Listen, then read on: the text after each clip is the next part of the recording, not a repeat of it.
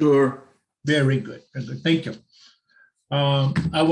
Our next presentation is on the topic, nature of capitalism and its linkage to war. And the presenter is Dr. Rafael Reuveny. Excuse me, sir, if I'm not pronouncing it properly. He's a professor at the Paul H. O'Neill School of Public and Environmental Affairs, Indiana University, Bloomington.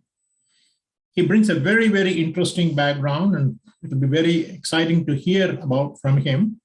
Rafael's research focuses on the causes and effects of economic globalization, democracy, military conflict, and sustainable development. He's the author and co-author of numerous articles and co-author and co-editor of several books. His most recent co-authored book is Democracy and Economic Openness in an Interconnected System, Complex Transformations, 2009. He was program chair of the 2006 meeting of the International Studies Association and the North American program chair of the 2008 meetings of the Global International Studies Conference. Rafael has won 2 teaching awards at Indiana University and is the co-recipient of the 2007 Award of Excellence in World Society Research. First place from the World Society Foundation, Zurich, Switzerland, and the 2023 Best Article on Democratization Award from the American Political Science Association. Please join me in welcoming Rafael. Thank you, Rafael. Please take it away. Hello, everyone. I will share some thoughts about capitalism in this talk. I focus on big business, captains of industry, and I will link capitalism to ethics, politics, and war. In this talk, I will not present data or models. I do that quite a lot in my academic adventures. I will present some qualitative empirics. I've seen things in my military career, in the corporate world, and in academia. And so I also, without providing too many details on my experience, implicitly draw on these experiences. Now, whether what I see, observe, think, report is good for some policy goal or not is beyond the scope of my discussion. We can talk about it later if you would like, and I would like to participate in discussion afterwards. Let me just note that in general, policy goals are subjective, and so ultimately they are a matter of morality. Policy analysis devises methods to meet a goal, not to set it. And so I will refrain from expressing opinions in this talk. All right, let's begin with a general definition of how do I view capitalism. And let's first discuss the actors and their goal in this economic system. We usually say that capitalism is a social system where production is done by private actors. We know that capitalism has evolved for millennia, and ultimately it reached its goal, which I formulate as the more, the better. It evolved for millennia to serve this goal in a world with scarce resources. We will talk later that in a world without scarce resources, where everything is boundless and production is costless, there is no need for capitalism. The basic idea of reaching this goal in a world with scarce resources is that with capitalism, we can get more by having some actors in the system own the production. By that, I mean the means of production and the inputs of production and part of the output. Then they will take some risk for us in society, launch a new project, produce more, convince us to consume, make a profit, and convince people that it is a good idea to allow them, the capitalists, to make a profit and to become richer.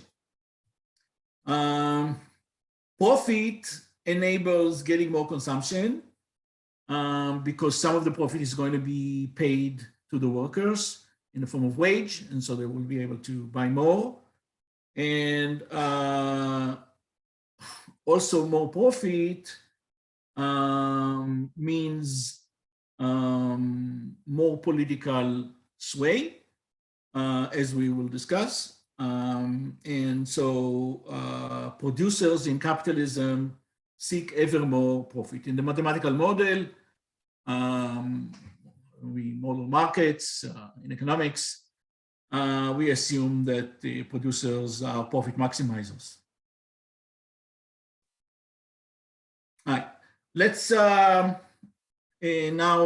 move to discuss the connection between ownership and trade. So laws and trade technology have evolved to support the evolution of capitalism. So in capitalism, the producers own the output and the inputs. The inputs today include machines, materials, knowledge. In the past, the inputs included also humans. Today, there are also humans, but the key word in this statement is own. And today, humans are workers. They are not being owned. In the past, humans were literally owned as slaves. Capitalism goes together with the idea of trade, right? So the idea here is that, in quotes, consumers tell producers something like, give me a piece of the output, I will give you in return money, which I get from you in return for helping you produce the output. This money that I get from you is of course, wage. Now, the terms of this trade, how much is given for how much, we usually say are set by forces of demand and supply, demand for labor, supply of labor. In the larger picture, they, we should see, reflect relative power between labor and capitalists, owners of the capital. Now, part of the technology of the trade evolved to eventually introduce a mean of exchange, an intermediate mean of exchange called money. Capitalism can work without money. When it does, we refer to that as barter. In a barter, one side gives good X to another side and return receives good Y. Of course, money, and we still see barter sometimes today, but it's relatively very rare. and for a good reason, because money simplifies trade, right? So with money, the nature of the trade is give me good X, take money, and then you can use the money to get something you like. In barter, we need to find the correct matches, exactly the people that want what I have, which is good X, and the supplier that has exactly what I want, which is good Y, so it's much harder to do the coordination. Now, when it comes to money, consumers own their money and the goods that they buy by law. Sometimes there is a written contract when the good is very complex and expensive. In most cases, it's implicit. So when we buy a Big Mac, the Big Mac becomes ours by law. Producers by law own the inputs of production, the means of production, the machines, which is part of the inputs, and the pre-sold output. It's theirs, again, by law. And so what is in the name? Why do we call it capitalism? So production, we said, uses human labor and capital as inputs, and capital includes natural resources. In my school, in environmental economics, in ecological economics, we refer to that as nature capital. Capital includes machines and hardware, other types, and materials. We refer to that in economics, in standard economics, as physical capital. And the labor that works in the industrial plant or in agriculture, the labor embeds abilities and knowledge, and we refer to them as human capital. Capitalists own the capital and the output that the capital produces, hence the name capitalism. All right, now let's begin to bring in the state. Ultimately, we want to see something about war, and war is done by states, right? So the state is a key to the working of modern capitalism. What does the state do? First of all, the state issues the money, right? So the money is a piece of paper. The state backs it up with law, saying that this is a legal tender and people should accept it. And behind it, it backs the value of its paper with globally valued assets, right? So a globally valued asset is an asset that everyone in the world sees as valuable and would agree to accept in return for goods. So globally value asset would include the dollar, so far, gold. Humans are fascinated with this metal. Another example is the special drawing rights, the SDRs, that the IMF keeps tracks of. This is by agreement, and countries agree to accept it as a mean of exchange. This is simply a basket of the exchange rates of the dollar, the pound sterling, the euro, the yen, and the yuan, Japanese yen, and Chinese RMB. And I think that the state is doing is it compiles data on the economy by sector. For example, the GDP by sector, for economy, the rate of inflation in different sectors, for the producer index, consumer price index, employment, how many people work, unemployment, how many people do not work right now and seek work.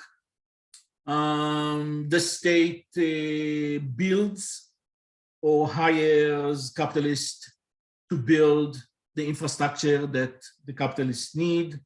for example, roads and power grid and ports and airports.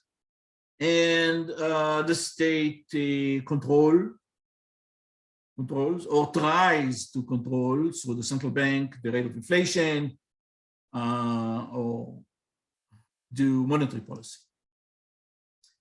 The state does other things. The state that capitalism needs. The state backs the ownership by law. So we refer to those groups of laws as property rights. The states create laws, enforces law and order, which is very important for capitalism as it makes financial planning for the future and chooses projects. These plans usually assume in the main that the state will exist and there will not be a revolution and there is going to be political stability.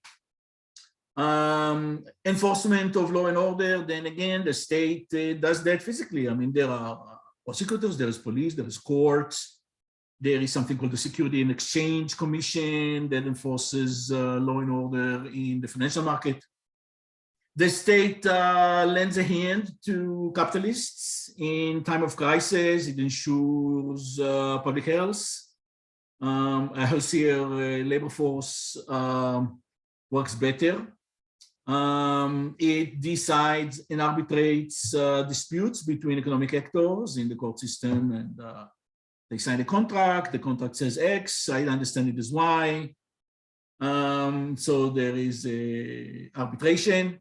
The state defends the nation, including the capitalists and their wealth, against external and internal enemies of capitalism, which means people that want to confiscate the wealth of the capitalists.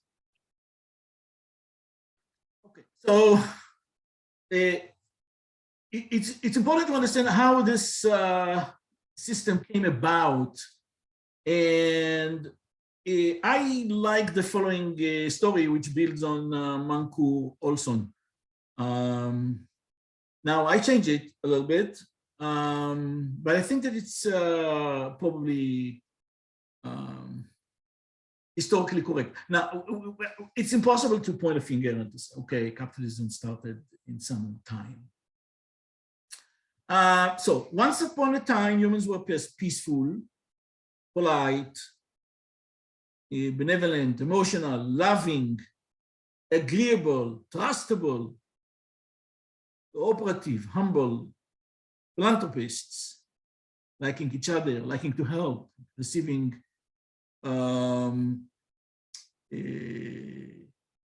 pleasure from helping. They were smart. They were hard workers. These humans toured the earth, moved from one place to the other. They had little wealth, and they were happy with enough. They didn't think like more and more and more. When they were on the tour, they worked very hard to find food and shelter. They stayed in a certain place for a little time. They moved again. Life of a tourist worker. Then one day, by chance, these very nice humans started breeding also some smart and swaying people that can influence other people, persons. And these persons wanted, by accident, that was the nature, they wanted more, not enough. And so what they wanted more wealth, more food, more stuff, higher status, more power, more domination. Dominate who? People around them. So the new type of humans swayed some of the nice people to join them by placing them the moon. If you come, everything, you get this, you get that. So together they became, and this is a term from Mankur Olson, they became roving bandits. The roving bandit followed the touring humans, and when they stayed in some place, they went to the touring humans and stole 100% of the wealth. And then they moved to the next group of touring humans and stole 100% of the wealth, consumed it, and that's was the nature of the world. Now, over time, the nice humans who were also very smart decided that it's not a good idea to just go from one place to the next and be robbed. And so they form hamlets. They settled in one place. They reasoned that if they would settle in one place, it would be easier for them to defend themselves. As they settled in one place, they were smart, and they stopped hunting, gathering, and they said, okay, we need to eat. So their idea was to begin to accumulate wealth. Most of their wealth was in the form of land for agriculture. And as they did that, they succeeded. And so they started to improve their living conditions, home, and started to improve their defense, building a wall and stuff like that. Now, the roving bandits noticed what happened, and they reasoned, well, they are now stationary, the young human, the nice humans, and so we will become stationary bandits. This is a term from also. And so they stayed in one place, and as they did before, they stole 100% of the nice victim's wealth and output.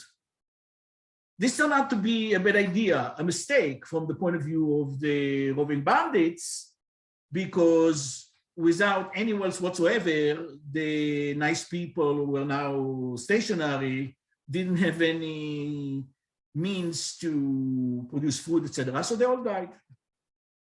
The stationary bandits in the story then became very sad, not because they were humanitarians, or they became sad because there was no one left to dominate and to trick and to rob. And so they were also smart, as we said in the beginning. An invention. What was the invention? Let's go to another place where there are stationary nice humans. We will steal less than 100% of the nice victim's wealth and output. So they will be able to survive, and they are smart.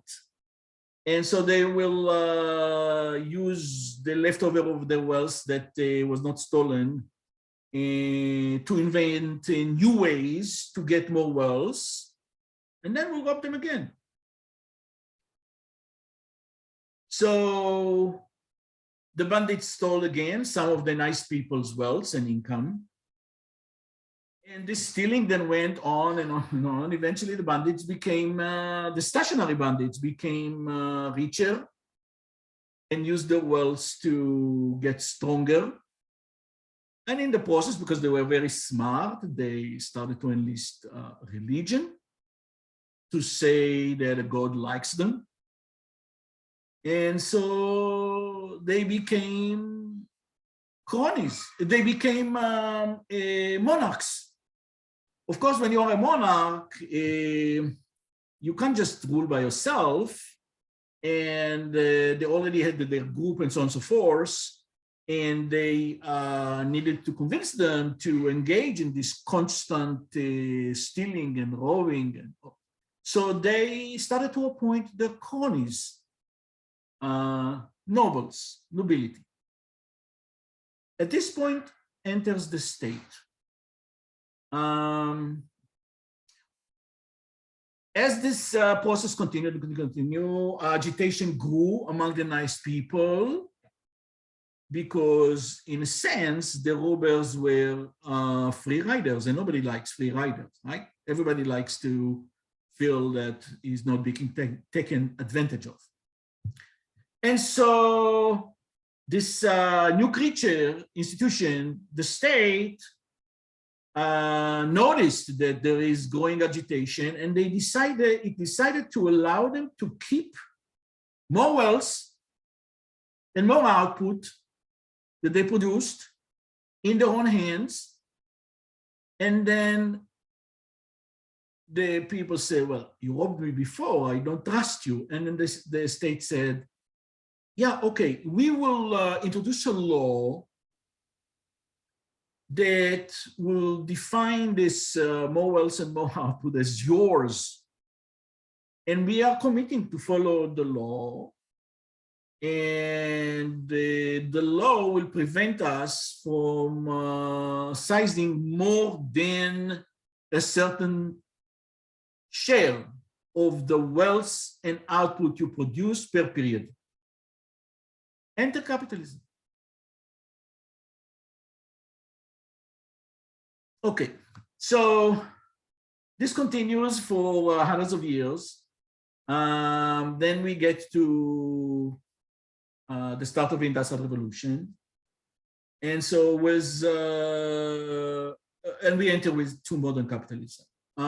With modern capitalism, knowledge grew as rising wealth means more education, and rising education means more knowledge, and rising knowledge means more knowledge. And so the process now begins to feed on itself, and wealth grows. Capitalists grew richer, and as they grew richer, they started to demand more freedom, because we know that more knowledge plus wealth increases what I call bravery and ability, and greater dislike of being dominated, right? So that's the relationship between democracy and development that I also study empirically in models and so on and so forth. With the Industrial Revolution, a new idea comes to the fore. Let's bring in machines to the story, and then production complexity rose and specialized, right? So it's not anymore going in the field and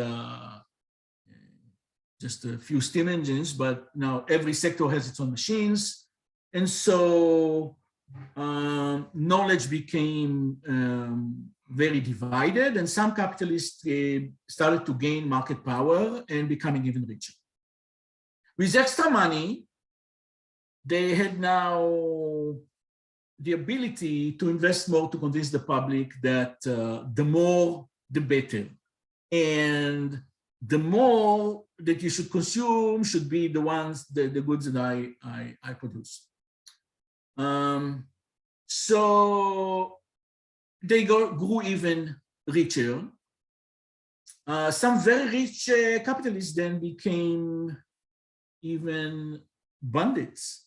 So we're talking about the robber barons of the late 19th century, early 20th century, the Rockefellers, the Gettys, the Morgans, the Guggenheim. Because if you have more wealth, then you have more political power, because you can give it to would-be politicians in return for promises and fulfillment of promises to make you, the giver of the wealth, better.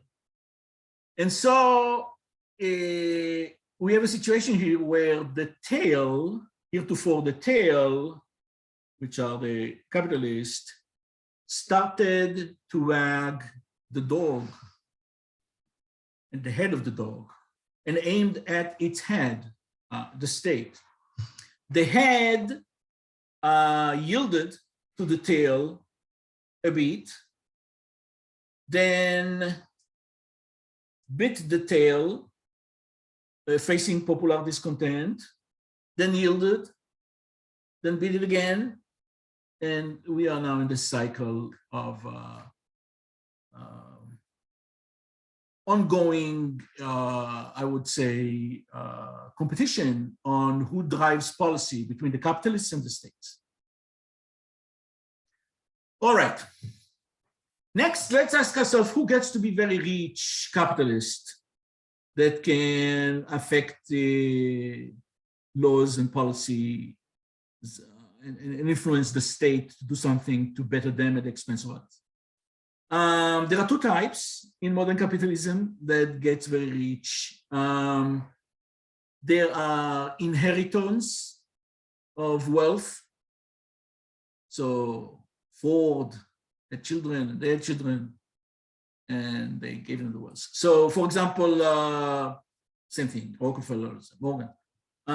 Recent example, Trump, the previous president, the New York Times tells us in 2018, got at least $413 million in 2018 prices from his father as an inheritance. This enabled him to become later on a billionaire. Another type of people that get to be very rich capitalists are inventors. So on the way that they become rich, they in fact enrich the very rich because unless they have wealth of their own, and mostly they don't, they need money in order to innovate. So they have the invention, they get a pilot. Now they need to commercialize the pilot and to spread it throughout the economy. And they need to convince people that this is exactly what they need. This is the best thing since the invention of sliced cheese. And so this process is very expensive.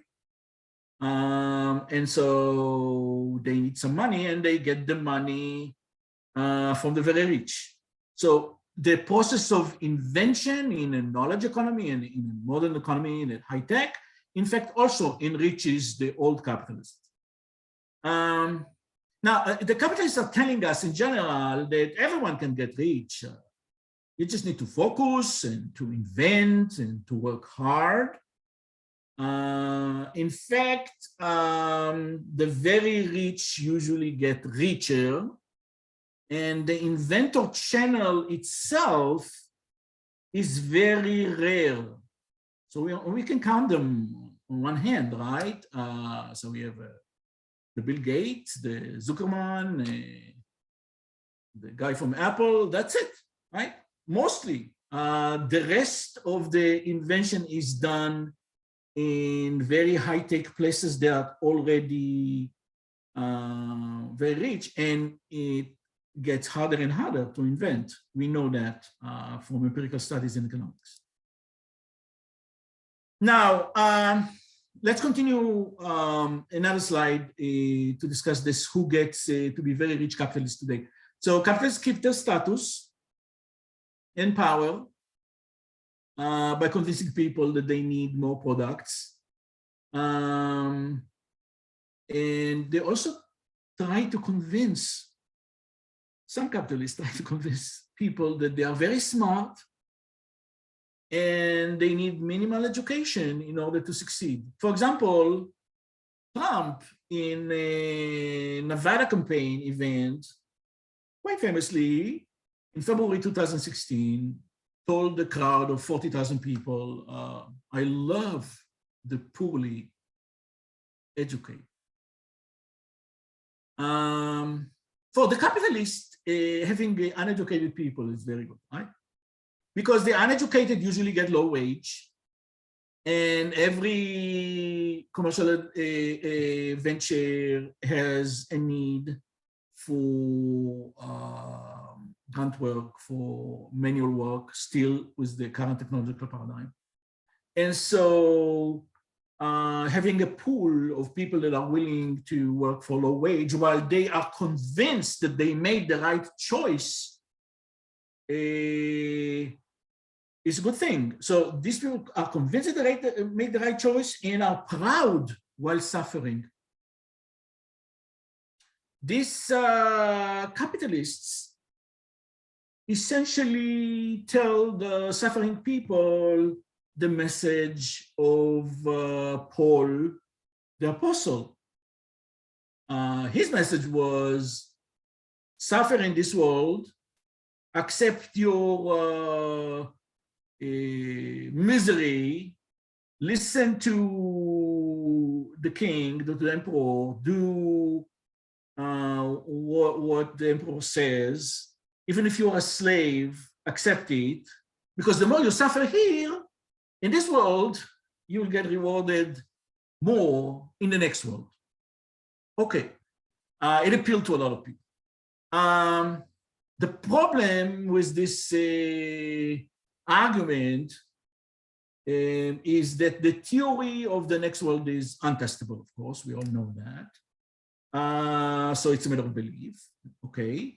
But the data, our data, show that the uneducated are much likelier to be poorer. So you can succeed without education is a myth for the most part. Okay, so beginning to go into ethics, right? Let's say a few things about the ethics of these people. So what is a capitalist ethic? I will formulate it based on my understanding, and if you disagree, then it's fine, we can discuss it later. I may be a little bit cross-aligned, but that's the way I see it. In a sense, the cross-aligned in a sense that some people may be offended, but it is what it is, in my view. It is okay to be greedy and egoist. This is one of the most important tenets of capitalist ethic. It's okay to be greedy and egoist because this is what drives progress. Now, what's progress in the capitalist ethic? Progress is to consume more. What more? For example, garage doors. We have 3, 4 garage doors. More steaks, more gambling, more cars, iPhones, video games, alcoholic drinks, cigarettes, electronic cigarettes, fuel, drive larger cars, more cars, SUVs. Now, some of these products hurt people, right? So when products harm people, the capitalists reject prohibition of the product and say, well, people should have the freedom to do as they like. While at the same time, the capitalists are spending tons of money to convince people to consume such goods, right? This is what they do. We observe it. The capitalist ethics argues that market competition benefits society, and indeed economic theory suggests that it does. But then at the same time, the capital ethics calls to win the competition. Then we observe that after that, they deter new competitors from entering their market niche. In the capitalist ethics, it's okay to use money to push for laws that help them, including it is okay to do it behind closed doors. Things that go behind closed doors are sometimes mind-boggling to me. Next, the ethics says winning in the gray area. For example, not paying taxes is smart. This too comes from the previous president. I mean, he said it in a campaign event, and it was a debate with Hillary Clinton. I provide here the link. How about winning by crossing lines, like breaking the law? Well, if you're not caught, it seems many big-time capitalists find it to be okay. This is suggested to us by observing that many are being caught of doing illegal things. So they must think it was okay. They probably did it because they thought they will not be caught. The next tenet of the ethics is a belief, an argument that if you lose in a competition, in an economic game of life, then it's your fault. You must be lazy, you are reckless, or some combination of the two. So if you're poor, you need to work harder. It's on you. It is unfair for you to expect I will help you because I worked hard. You did not. So why should I give you a hand when you were lazy? All right. Finally, there is the expectation and belief in the ethics that if something is good for capitalism, then it must be good for society as a whole. So under this belief, worldview, capitalists push for laws that boost specific capitalists, and they think this is fine, even if they hurt other companies, the people at large, the environment, or even if they help shady foreign regimes. In the capitalist worldview of ethics, religion and the state are simply codifiers of power. The former tool acts outside this world, and we have no proof that it acts, but that's what religion says. The latter tool, the state, works from inside this world. It's okay to enlist both of them to make a profit.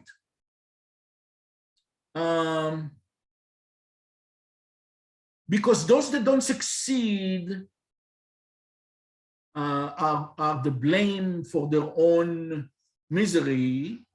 Laws that help the weak are understood as promoting laziness, cheating, and social decline. So capitalists have been, many capitalists, very rich ones, have been against systems of the safety networks, such as unemployment benefits, Medicare, Medicaid, Obamacare. We know from our own life, it was instituted in our era. Food assistance, all of these are bad for society in the capitalist ethics and should be rejected. Life, according to the capitalist ethic, is hard, and we should tell people it is hard. So you should strive to be strong and succeed on your own. Everybody does that, and if you will not do that, then you will not succeed on your own, then you will fall behind. Nobody will help you. And so in a capitalist world, egoism is good. It makes the society the best overall. The past sins of the society against some portions of the society are sunk cost. if you were dealt a bad card in the past, then accept it. It is what it is. You must now focus on the now and work hard. Because economic life is like the survival of the fittest. And the survival of the fittest then advances society to greatest. And so, from this point of view, enlisting state power to help the strong, rather than the weak, is good and just. From this perspective, economic inequality is not a bad idea. It's not a bad idea at all. For it pushes people to work harder, to be richer, and in the process, they improve the whole society. Okay, so we ended with economic inequality. So let's see what the main capitalist instrument, which is the free market, does for output allocation. Okay, inequality is a situation where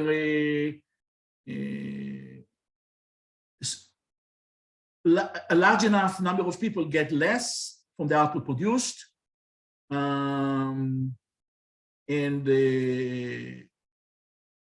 many people and other people, few people get a lot of the output produced.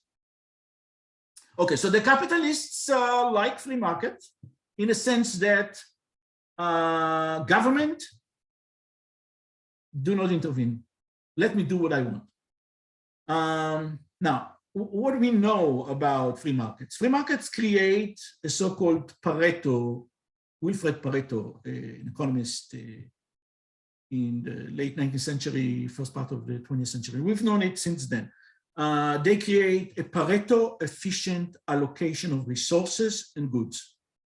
In a Pareto efficient allocation of resources and goods, you cannot change the allocation to make at least one person better without making someone else worse off. That's all. Free markets, as an empirical fact, have never allocated output produced equally. The capitalist argues, well, Pareto efficient is good, but in fact, the Pareto efficient equilibrium can be very ugly. Now, ugly is a moral stand. So generally, by the stands of today morals, the Pareto equilibrium can be very ugly. Worlds where the most get little and the few get lots, or where few get all and the rest are slaves, are Pareto efficient. The capitalists are saying the Pareto efficient equilibrium allocation is fair because I'm taking more risk, I'm investing, so I should get more.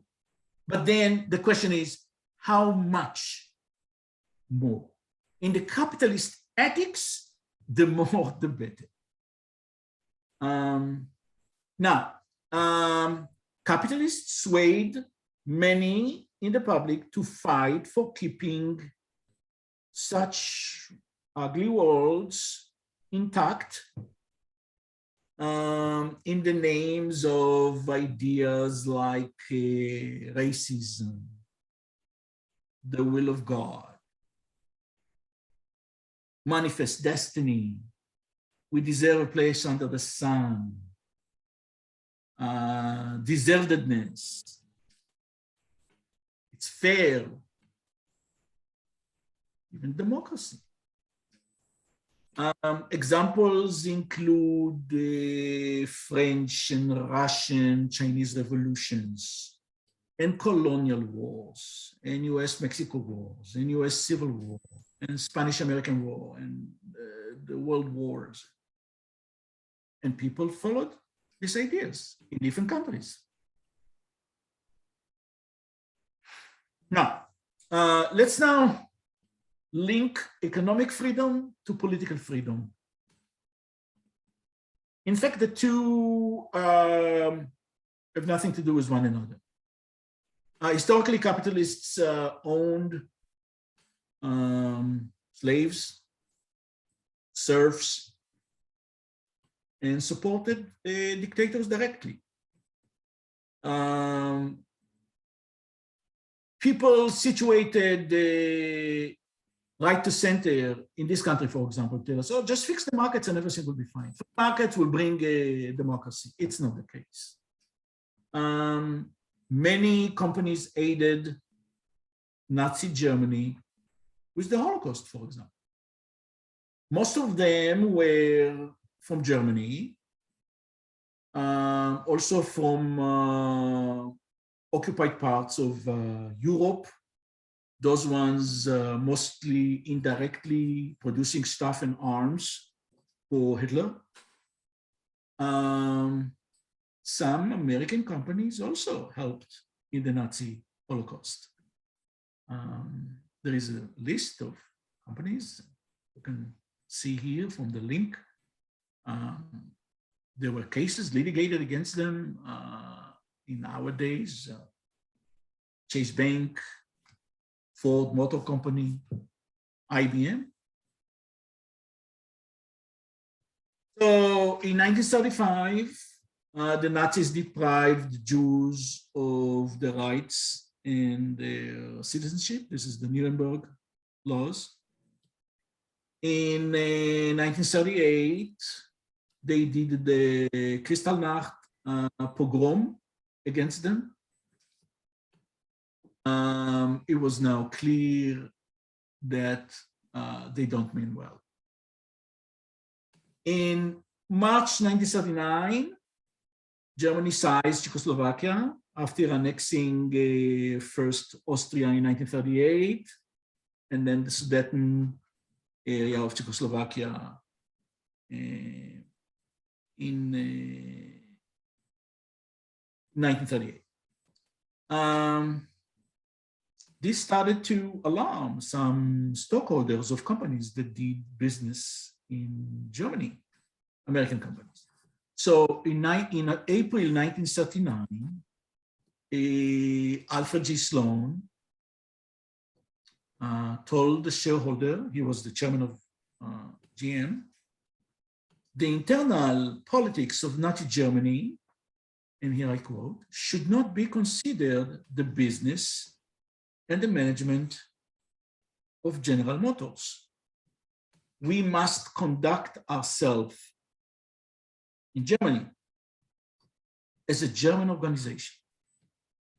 There is a permanent link of the Washington Post that tells the story, and it's here. Now, you wonder, what type of business did they do in Germany? Well, Opel, Vauxhall, GM cars and trucks. They are centered in Germany. General Motors, in fact, brought the German army to greatness by constructing cars and trucks.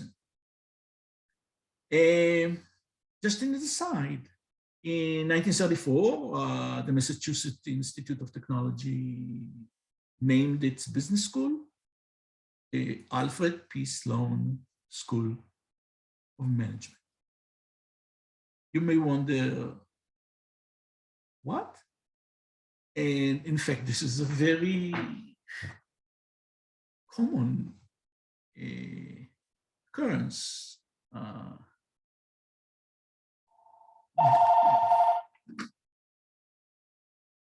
In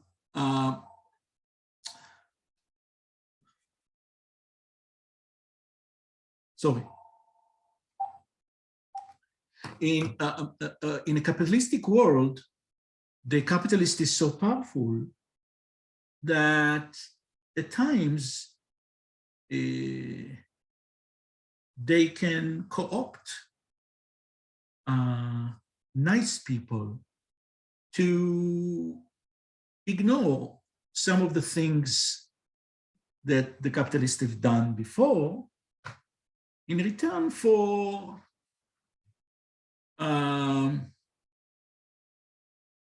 large grants of money. So you will whitewash my past, and I will give you a museum.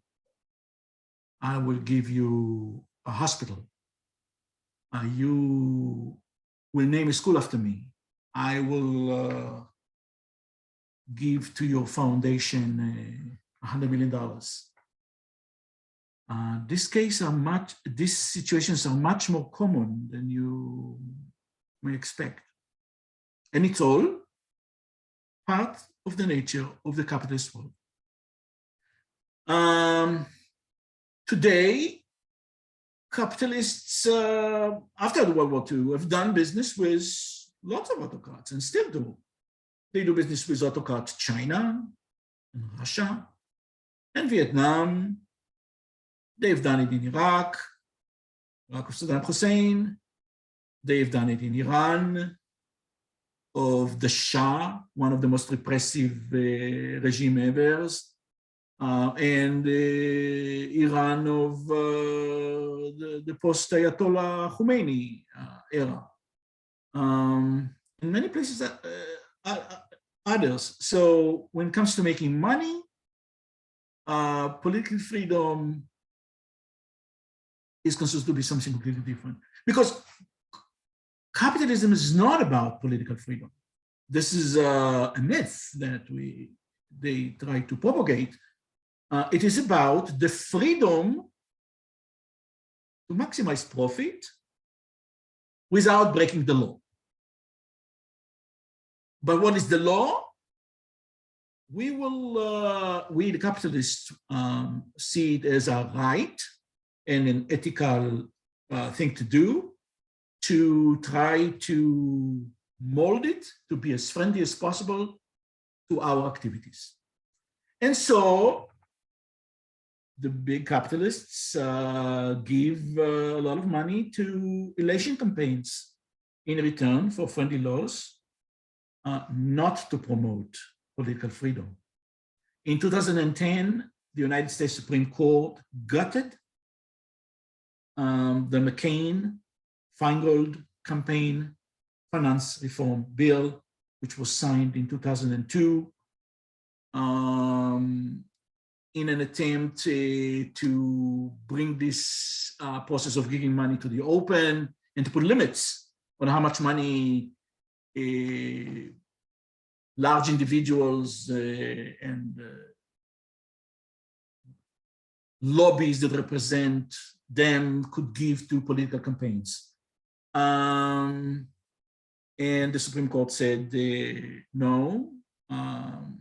It allowed capitalists to give unlimited money to election campaigns, interpreting giving money as a freedom of speech. So we are allowed to say whatever we want as long as we don't harm. They are allowed to give as much money as they want, and this harm thing was pushed aside. Because we know that some of the goods are harming, and they work hard to convince people to consume them. And we know that they support dictators, and we know that they were involved in slavery and so on and so forth, but all of that is, and they still do all kinds of stuff that helps a lot of people worldwide. And this is pushed aside by the Supreme Court. How come? Well, the Supreme Court itself seems to have been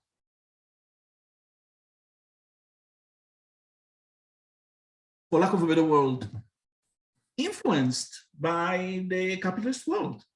Because who are those people that sit in the Supreme Court? Who proposes them? There are lobbies that lobby to put people in the Supreme Court, and they represent groups in society. And when there is a president who comes from right to center, who we refer to them as Republicans, who got money for election campaigns from rich capitalists, then the lobbies that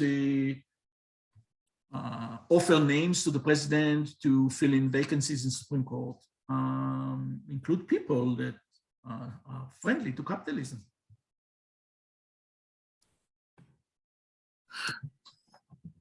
Let's bring war to the story.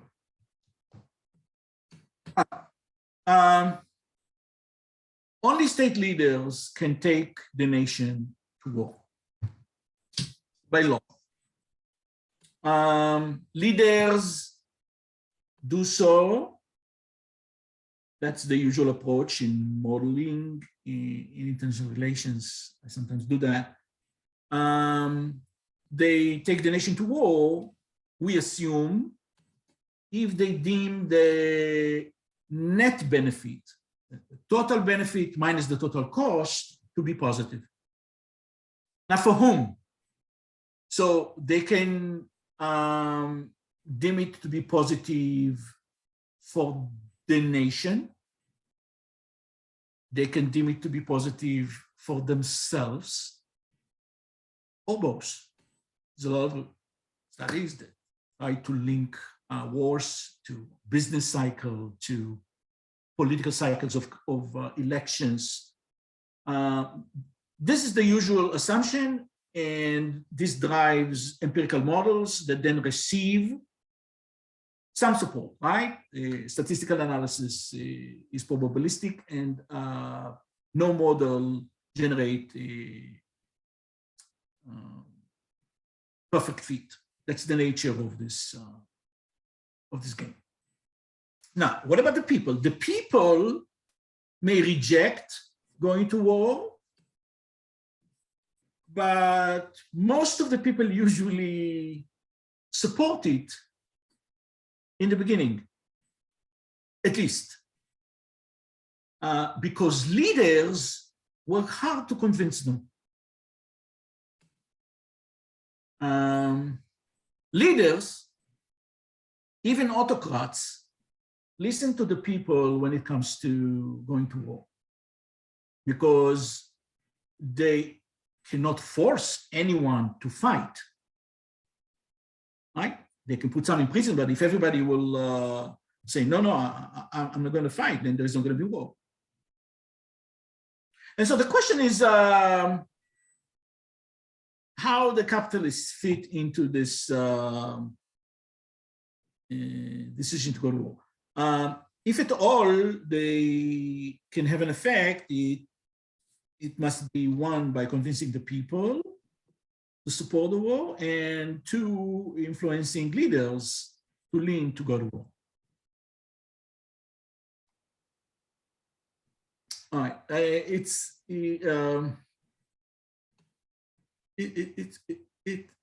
with a tongue-in-cheek, it's beneficial to start with a small anecdote, right?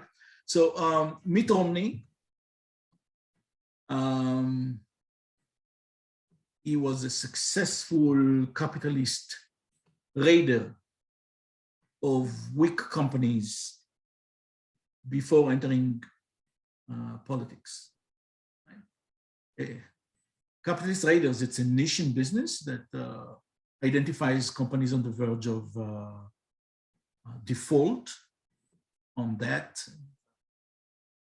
losing market shares, and then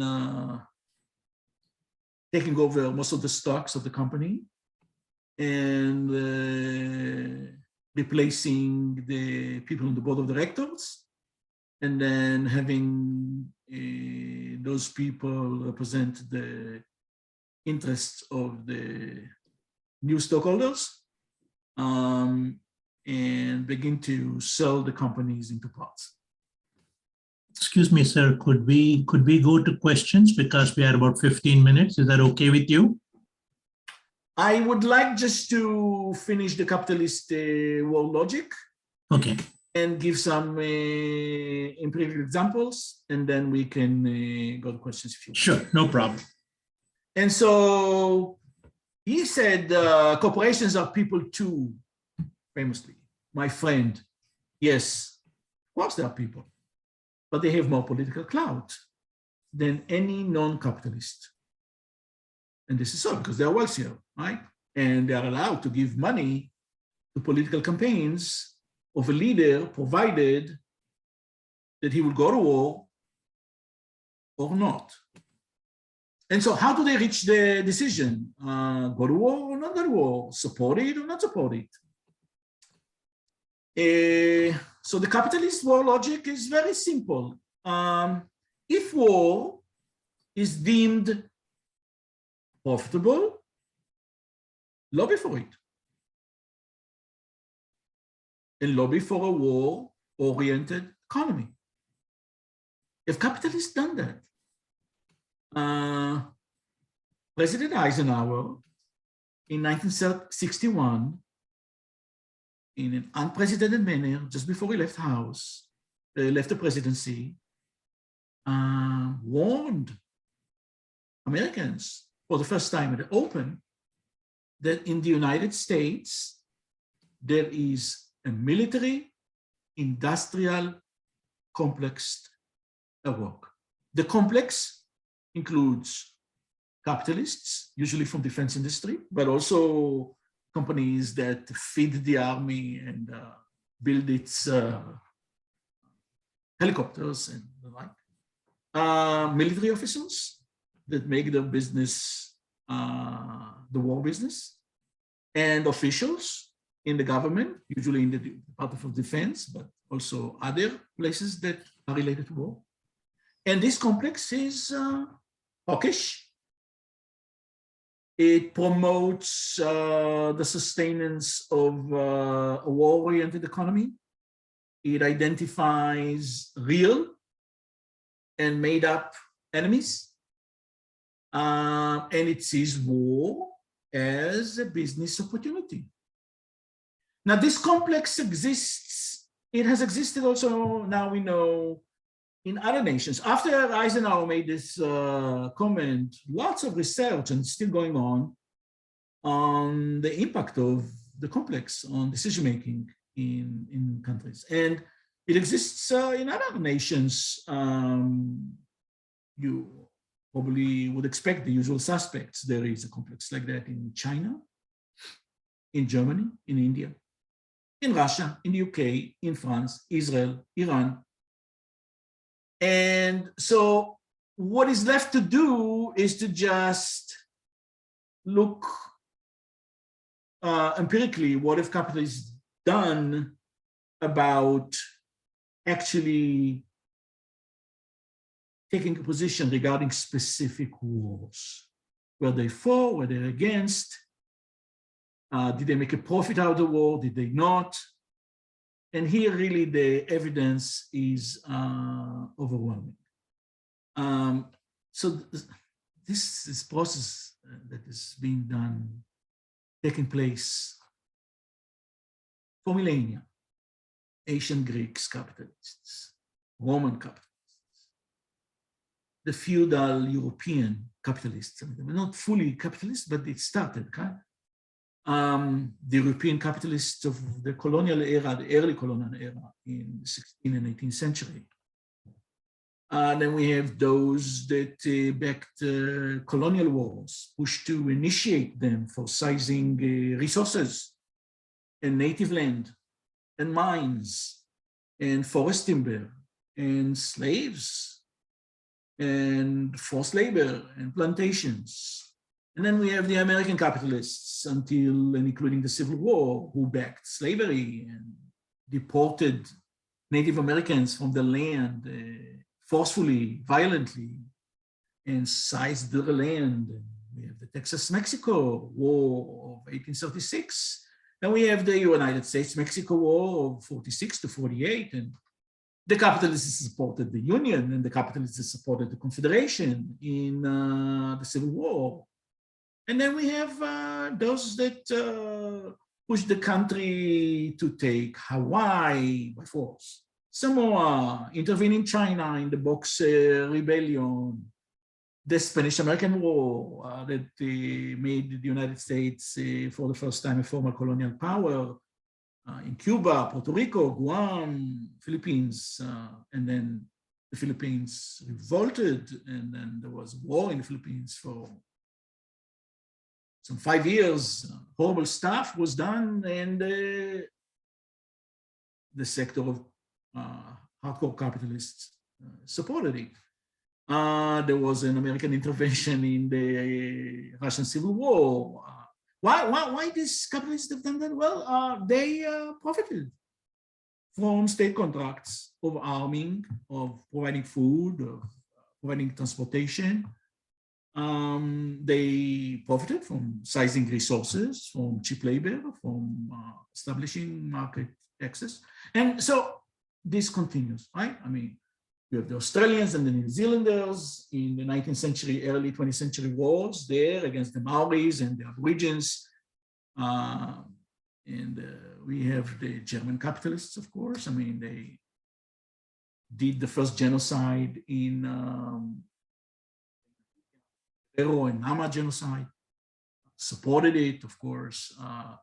Yeah, they lended support, 100% support to Hitler, the Holocaust. We have the Italian capitalists.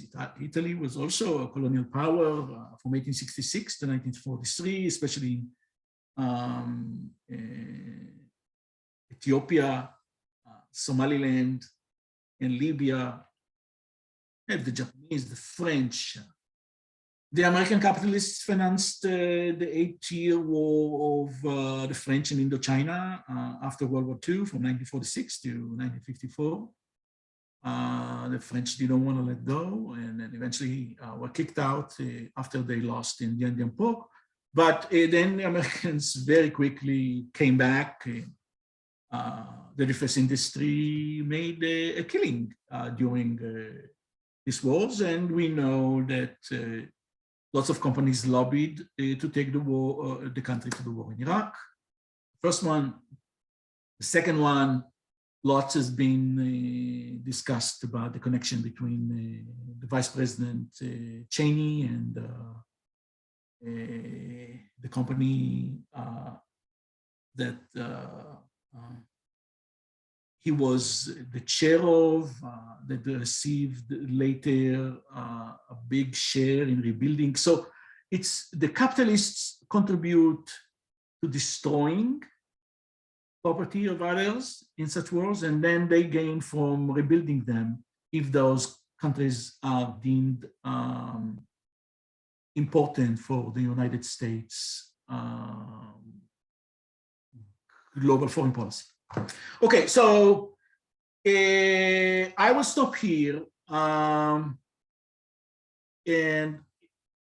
if you want, we can go into questions. And thank you very much.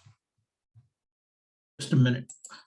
On behalf of the group, I would like to thank you. We are now open for questions, and we will stay until 12:10.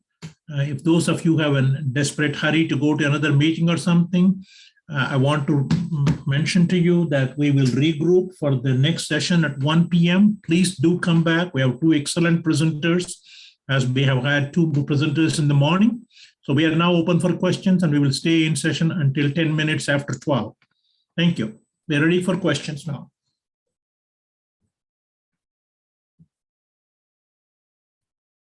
I saw here a comment, which is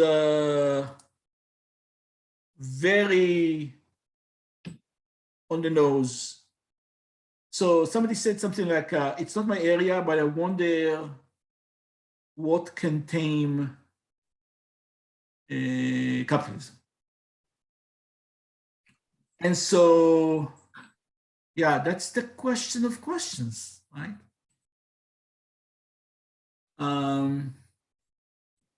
There's only one force in this equation. So we have the capitalists, we have the masses, and we have the state. Only the people, the masses, can intervene. Now, the thing about the people is that modern capitalism has been very smart in mobilizing them under flags that divert their attention from the fact that they are being manipulated. Now, those flags can be very important to some people. So I'm talking about abortion. Go after people with different sexual orientations. Blame foreigners, blame asylum seekers. Those that are now in the United States that are being bused to and flown to Martha's Vineyard and to stand in front of the house of Kamala Harris in DC. They are not illegal. They are asylum seekers that were approved. The United States is a signatory to the refugee and asylum seeking agreements of the United Nations. And so these are the ones who came in by law. And they have the right to stay in the United States until their issue is decided by the courts. There is a procedure for that.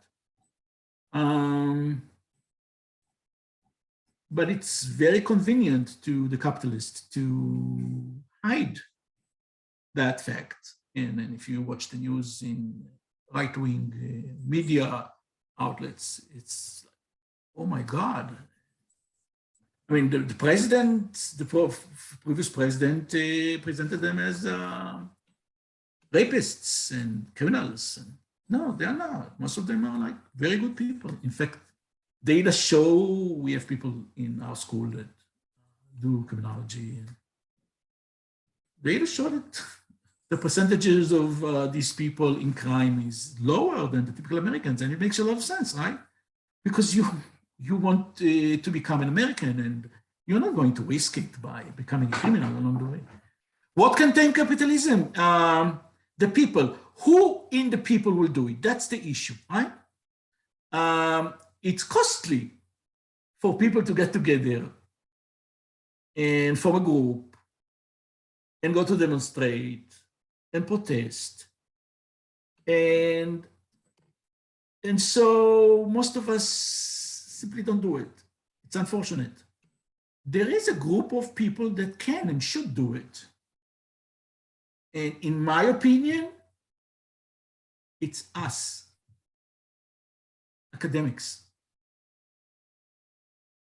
We are not supposed to bring politics to the story. I understand that. And I'm not saying to turn academia into a political campaign. But it is our job, in my view, to tell things the way they are. To just present the facts. I believe that people overall are good and fair. They are the offsprings of those nice people, the victims of the roving bandits and then the stationary bandits.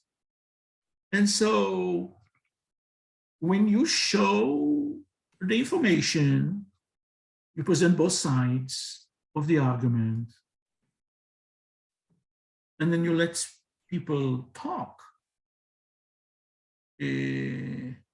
By my experience, more people fall on the side of supporting, taming capitalism than not. The problem is that these people are sometimes very active in expressing their views. They're young, but then they don't vote. So yet another thing that I think academics should do is just say, bring it now and then, and say, vote, not for vote, participate, take a position. This is your society more than it's ours now, right? I'm an old geezer.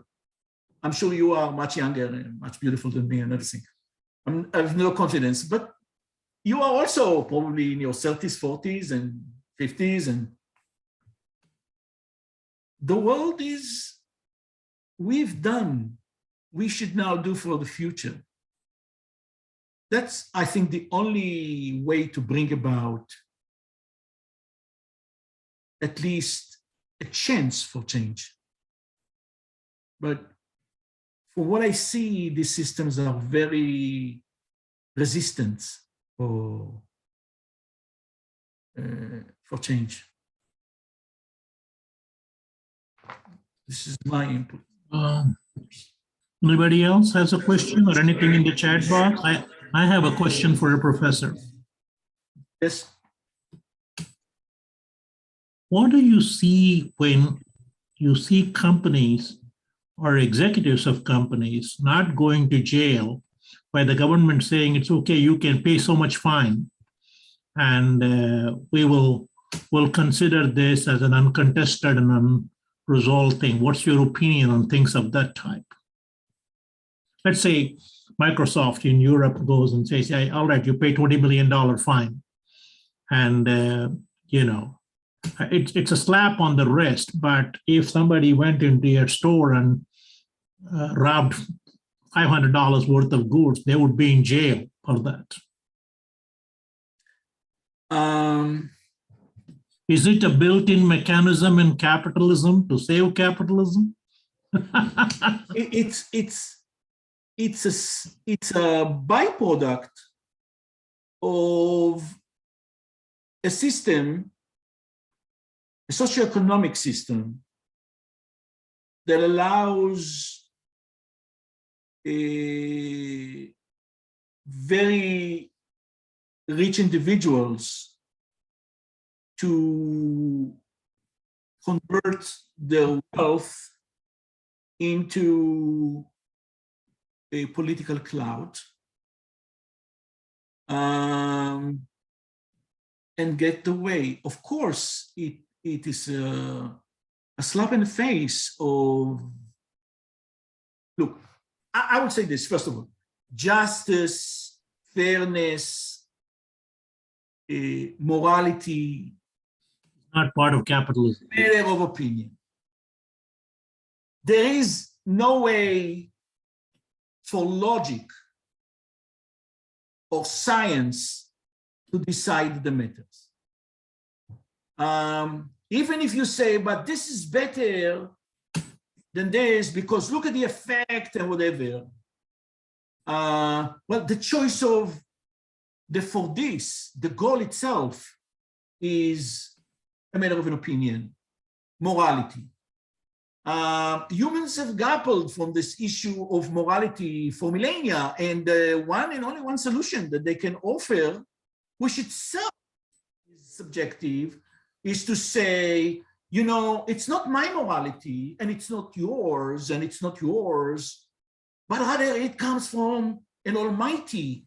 This is completely outside of our system, and so we should do what the Almighty says.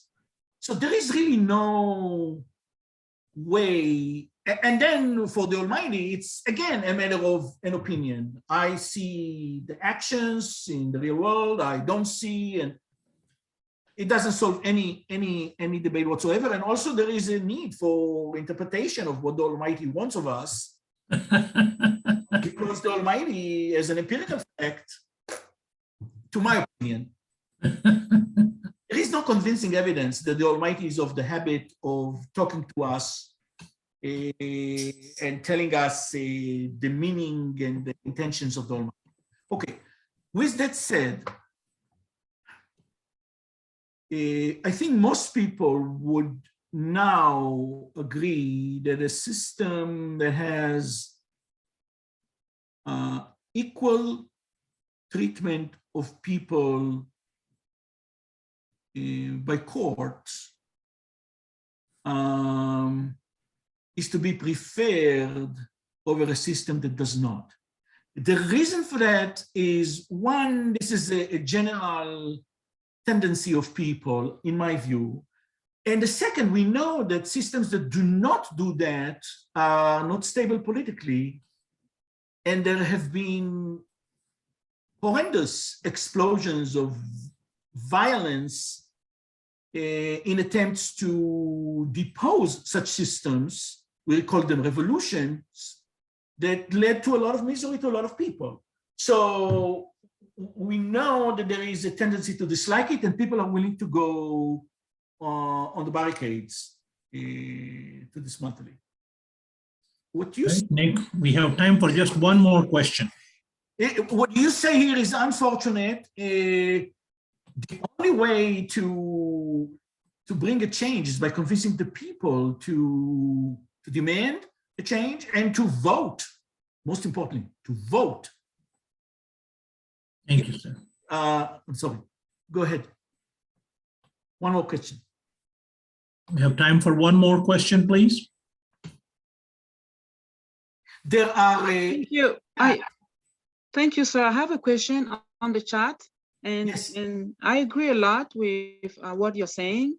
I think capitalism is working for some. It's not working for everyone. It's easy to see that it's working if you're on the side of those for whom it works. And of course, you will be of another point of view if it's not working for you. So I really can concur with a lot of the things that you were discussing. So my question to you is, what will be the alternative to capitalism, or how could it be framed in a way that it will work for not only. Yeah, this is fantastic. I had Thank you. Yeah, this is very, very good. Because at the end of my, I didn't get to talk. There's one slide, one really. Raj, I asked for your permission to just discuss one slide. The last slide of my presentation, to discuss it now. 2 minutes, 3 minutes. Please go ahead. Okay. So I have a slide in the end, says, shall we get rid of capitalism? And I'm going to paraphrase Winston Churchill. He famously made a comment about democracy, and I will paraphrase it to talk about capitalism. And so my paraphrasing is that capitalism is likely the worst economic system if resources are scarce to promote progress, except all the others that were tried. Now, to be fair, we only have one method that was tried, which is the government will do all of it. It was tried on a big scale, right? So we refer to such system as communism, and government ownership, centrally planned economy. Now, interesting, in a Star Trek world, where there are replicators that can make something from close to nothing instantly. So you remember Jean-Luc Picard goes to tea, hot, sweet, comes in. Somebody else goes, steak, you get it. In such a world, there's no need for capitalism. Now, people can push states to mend capitalism for their happiness. Now, there is a catch. Happiness is itself subjective. I mean, you said yourself, ma'am, that it works for some people, it doesn't work for others, and so what about their happiness? My understanding is, and it seems to me, that by now, for most people, good health, good enough shelter, enough wealth, enough income, enough equity, and enough freedom would make most humans quite happy. And since we are moving toward there's many more democracies today than there were, say, 50 years ago. The world is moving toward being more democratic. There are some setbacks, but overall, this is the direction. What most people expect should matter. Now, in our world, where resources are finite and some are vanishing, the non-renewable ones, and in our world where production generates global warming and climate change, the key word for happiness, the way I explained it, define it, in my view, is enough. Enough. More. Enough. And this is a change of a whole conception, and it can only come from people like us in the academia. And you will notice that we are being berated and bedeviled in the right wing and elitists and who they think they are, and they don't know anything. And we are making an effect. There's no question about it. Otherwise, we will not be attacked. We should continue. Professor, in the interest of time and on behalf of the group, I would like to thank you. It has been a very interesting and informative, qualitative presentation. And it's very rare to have people to give qualitative presentations without a PowerPoint and things like that. So you have made a difference. We want to thank you. For the group, please take a couple of minutes to enter your impressions into the chat box. We will regroup at 1:00 p.m. We have two excellent presenters following